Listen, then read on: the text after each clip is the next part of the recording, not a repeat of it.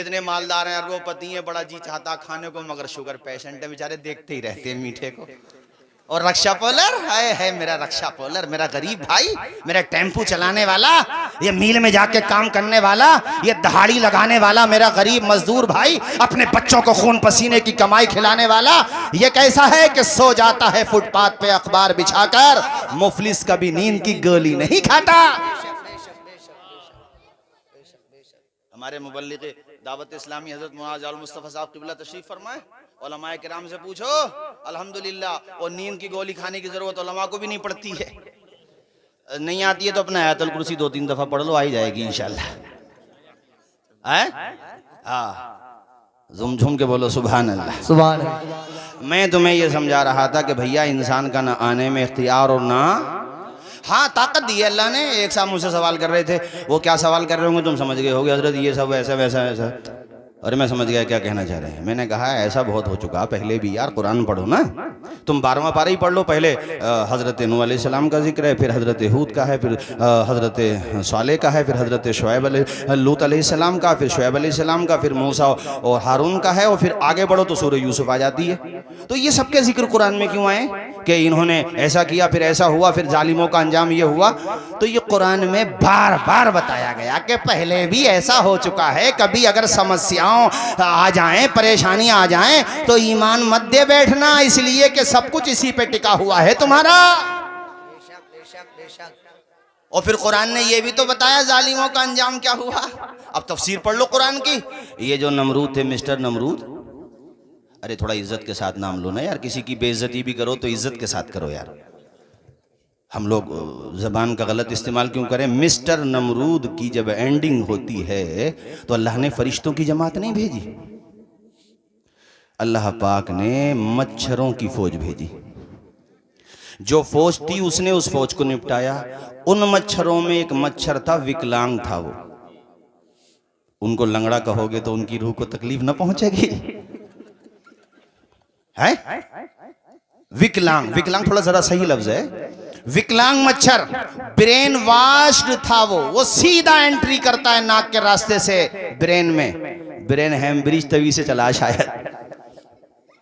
और उसने वो अटैकिंग, मतलब उसने वैसा अटैक किया कि वही जनता जो उसको सर झुका के सजदा करती थी, अपने पांव का जूता मारती थी तो इनाम देता था, तो बड़ा रेस्ट मिलता था उसको वहां पे। जब देखो क्या अंजाम हुआ। जोर से बोलो हुआ कि नहीं, ऊंचा बोलो जरा भाइयों।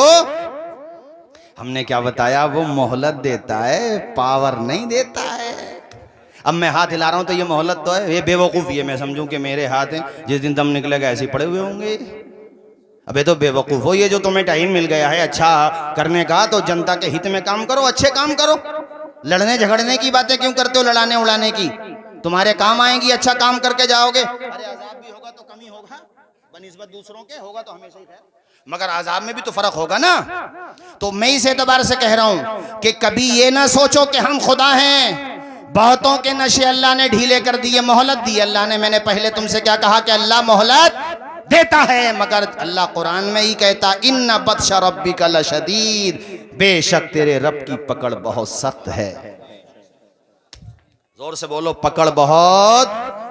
फिरौन को नहीं डुबो दिया अल्लाह ने बहरे हमर में। और जब उसने मौत को देखा, अजाब के फरिश्तों को देखा, तो 11वें पारे में है, कहने लगा मैं ईमान लाता हूँ मूसा और हारून के रब पे। अल्लाह पाक ने जवाब दिया आल आना वक़द असैता क़ब्लु व कुन्ता मिनल मुफ़सिदीन। अब ईमान ला रहा है, पहले तो बहुत बड़ा फसादी था, अल्लाह ने कहा कुरान में। और इसके बिल्कुल फौरन बाद आयत है, अल्लाह कहता हम तेरे बदन को महफूज रखेंगे ताकि लोगों के लिए इबरत का सामान हो। अरे कुरान की एक एक बात सच्ची है मुसलमानों, ईमान मजबूत रखो, डगमगाओ मत। कभी ऐसी सिचुएशन आए तो मैदान करबला है ना हमारी निगाहों के सामने, क्यों डगमगा रहे हो भाई? ईमान मजबूत रखो, अल्लाह का शुक्र अदा करो। यार तू दुनिया में आया, अल्लाह का कितना बड़ा एहसान है कि अल्लाह ने अपने महबूब की उम्मतियों में पैदा। बेशक बेशक, नारे तकबीर, नारे रिसालत, नारे हैदरी। बेहतरीन खतीब हक गो आलिम दीन अल्हम्दुलिल्लाह। आप सुनेंगे दिल बाग बाग हो। कलमा शरीफ पढ़ें, ला इलाहा इल्लल्लाहु मुहम्मदुर रसूलुल्लाह। फिरौन से अल्लाह ने कहा तेरी लाश को हम बचाएंगे, महफूज रखेंगे। आज भी मिस्र के अजाइब खाने में उसकी लाश रखी हुई है। मैं तो कहता हूँ ये बड़े बड़े लोग जो विजिट पे जाते हैं ना, मैंने कहा जाके देख लिया करो कि जब वो ना बचा तो फिर आगे की तो आप खुद ही जुमला सेट कर लो यार, हैं? बोलो अल्लाह, आवाज आए अल्लाह, ऊंचा बोलो अल्लाह, पढ़ो मेरे साथ ला इलाहा इल्लल्लाहु मुहम्मदुर रसूलुल्लाह सल्लल्लाहु अलैहि वसल्लम। कुरान मेरे नबी का सबसे बड़ा मौजज़ा है। बस 5 मिनट, चूँकि हज़रत की तशरीफ़ भी हो गई, मैं हज़रत का इंतज़ार कर रहा था। आपने भी देख लिया और मैंने भी छोटी ज़िंदगी में देख लिया कि कुरान मजीद के साथ दुनिया के तवागीत, जालिम, दुश्मनाने दीन जितनी मुखालफत कर रहे हैं कुरान के साथ, अल्लाह की कसम लेके ये बात कह रहा हूँ कि कुरान उतना ही लोगों के सीनों में उतरता चला जा रहा है। अभी रिसेंटली, ज़्यादा दिनों की बात नहीं है, यूरोप के बड़े बड़े कई मुफक्किरीन ने अभी 1-2 महीने के अंदर, किसी की दावत पर नहीं, किसी ने समझाया नहीं, खुद ही उन्होंने कुरान को स्टडी किया और वो अल्हम्दुलिल्लाह दामन इस्लाम से वाबस्ता हो गए। खुद ही अपने आप ही इतना असर पड़ता कुरान का। कुरान का चैलेंज कल भी था, आज भी है कि किसी में ताकत है, जिन्नात को भी बुला लो साथ में अपने, चूंकि शयातीन जिन भी होते हैं, शरपसंद भी होते हैं, तो तुम अमल उमल करके कैसी सेटिंग कर करा के उन्हें भी बुला लो और तुम भी सब लग जाओ, जितने भी पढ़े लिखे हो, कुरान की तरह एक आयत ला के दिखा दो। चैलेंज कल भी था, आज भी है। और कुफार मक्का ने तो बड़ी कोशिश की थी, अब्दुल्ला इब्ने मुक़फ़्फ़ा को पकड़ के लाए थे एक दफ़ा, बहुत बड़ा फसी था, ये बेहतरीन अरबी ज़बान का माहिर था, शायर था, पकड़ के लाया, उसे सेट किया बड़ी मुश्किल से, तो वो आया, तो वो जाने लगा, बोले चलो आज हम करते हैं मुकाबला, मुसलमानों के नबी, हमारे प्यारे नबी का नाम लिया उसने, कहा हम करते हैं मुकाबला। वो पब्लिक पीछे पीछे जा रही थी, अब्दुल्ला इब्ने मुक़फ़्फ़ा आगे आगे जा रहा था। रास्ते में मुसलमानों का कोई बच्चा कुरान मजीद की आयत की तिलावत कर रहा था, तो वहीं पे रुक गया, कहा बेटा ये बता तू क्या पढ़ रहा था? कहा ये कुरान है, मैं कुरान पढ़ रहा था। तो वहीं से बैक हो गया, पब्लिक इधर को ढकेल रही है तो पब्लिक उधर को ढकेल रहा। अरे लोगों ने कहा अब्दुल्ला इब्ने मुक़फ़्फ़ा तुम तो अभी बड़ी लंबी लंबी हाँक रहे थे। कहा बेवकूफ़ो, ये बच्चा जो पढ़ रहा है, अल्लाह की कसम ये किसी बशर का कलाम हो ही नहीं सकता, और बशर ही तो मुकाबला कर सकता है, बशर से, खुदा के कलाम से कौन मुकाबला कर सकता है। वापस हो गया भाइयों, एक दफ़ा और सेट करके लाए थे एक बहुत बड़े अदीब को, और हुजूर की चौखट पे पहुंच गए थे ये लोग। मेरे आका उस वक्त कुरान मजीद के दूसरे पारे की इस आयत की तिलावत कर रहे थे, वलकुम फिल क़िसासी हयात। इतना ही उसने सुना, चौखट पे खड़ा हो गया था, खड़ा था, गिर गया था और वहीं से वापस हो गया था। कहा था मक्का वालों, मोहम्मद का मुकाबला नहीं कर सकते हो, इसलिए कि ये जो पढ़ रहे हैं किसी इंसान का कलाम नहीं है, ये तो रहमान का कलाम है। आज खुदा का शुक्र अदा करो, वो कुरान तुम्हारे घरों में मौजूद है, उसकी तिलावत किया करो। मुझे बता रहे थे कई लोगों ने आपके मोहल्ले के बताया कि बहुत से बच्चे हैं यहाँ पर भी, इस बस्ती में भी और दूसरी बस्तियों में भी, जो मोबाइलों पे जुआ खेलते हैं, इसके अलावा शराबें भी पी रहे हैं हमारे बच्चे, और क्या कैसी कैसी बुराइयां बताई, मैं क्या जिक्र करूं माइक पे। और ये नशे वाली बीमारी भी बहुत फैल रही है हमारे मुसलमान नौजवानों में। और भाई तू नशा करने दुनिया में थोड़ी आया था, तू तो दुनिया का नशा उतार के मुस्तफ़ा की मोहब्बत का जाम पिलाने के लिए आया था। तुझे क्या हो गया है यार, तू किधर चला गया है मेरे भाई? मस्जिदें देख हमारी आज भी खाली हैं, कम अज़ कम ऐसे हालात में तो हमें मस्जिदों को भरना चाहिए था, पेशानी झुकाना चाहिए थी। अच्छी बात है जो मस्जिदें हमारे हाथों से गई, उसके लिए रोते हो, ये भी ईमान की निशानी है। इसमें मैं ये नहीं कहूँगा कि अच्छी बात नहीं है, ये कहूँ कि तुम मस्जिदों में तो आते नहीं, रो क्यों रहे हो? वो रोना भी ईमान की निशानी है। हाँ, मस्जिदों में नहीं आना ये तुम्हारी बदामाली है, रो रहे हो ईमान है। अब ऐसा करो, जो मस्जिदें खाली हैं उसको भर के अपने गम को कम करो यार, आके खुदा की बारगाह में दुआ करो। वो मेरा परवरदिगार जब चाहेगा, जैसे चाहेगा, हालात बदलने वाली ज़ात अल्लाह की ज़ात है, उस पर यकीन तो करो। हज़रत यूसुफ अलैहिस्सलाम का मैंने मुख्तसर तस्करा किया, देखा नहीं है तुमने? घर से दूर किए गए, भाइयों ने ही दूर किया, और फिर देखो उनके बारे में कहा गया भेड़िया खा गया, कुएं में डाल दिया, और कुएं से फिर निकाले गए, और फिर देखो इल्ज़ाम भी लगा उनके ऊपर, तोहमत लगी, और फिर जेल में गए। कैसे कैसे हालात से गुजरे, मगर फिर अल्लाह ने कैसी कामयाबी अता फरमाई कि मिस्र के तख्त पे बिठा दिया हज़रत यूसुफ अलैहिस्सलाम को। भरोसा रखो खुदा की ज़ात पर, उस पर यकीन रखो। नादान को इस बात का बिल्कुल नहीं पता, पढ़े व तो इज़्ज़ु मन तशाओ व तो ज़िल्लु मन तशा।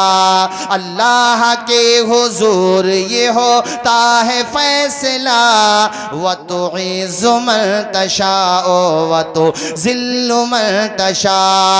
बंजर ज़मीं पे फूलों की चादर बिछाए वो, पत्थर को मोम, मोम को पत्थर बनाए वो।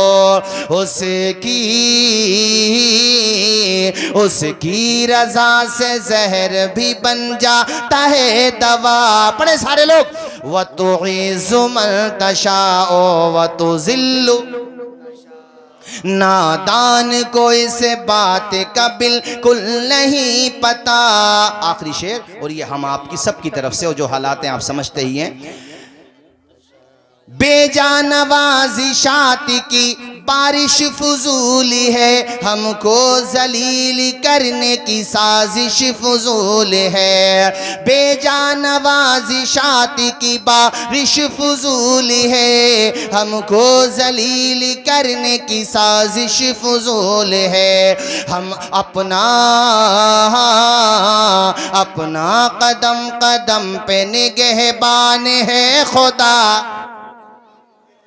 पढ़े झूम के। व तुइज़्ज़ु मन तशाओ व तुज़िल्लु। माँ के पेट में उसने अकेला नहीं छोड़ा, इतने बड़े संसार में वो तुम्हें तन्हा नहीं छोड़ेगा। हज़रत मूसा अलैहिस्सलाम और हारून अलैहिस्सलाम से अल्लाह ने कहा, ये 16वें पारे में है सूरह मरियम में, अल्लाह ने कहा मूसा और हारून तुम जाओ, इसको फ़िरौन को दावत दो, तबलीग करो इसके पास जाके और इसको समझाओ। अल्लाह पाक ने कहा ए मूसा और हारून, मैं तुम्हारे साथ ही हूँ, तुम्हारी बात सुन रहा हूँ मैं।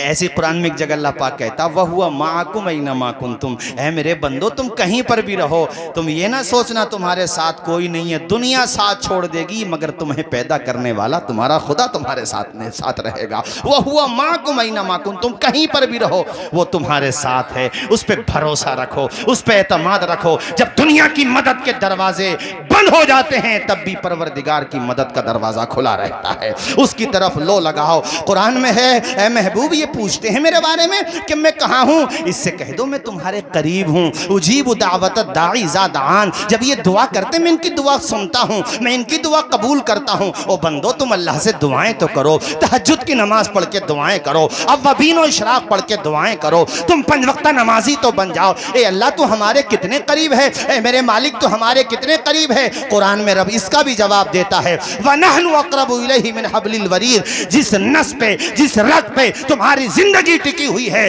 वो रग भी उतना करीब नहीं है जितना मेरी रहमत तुम्हारे करीब है। वमा अलैना इल्लल बलाग। अस्सलामु अलैकुम।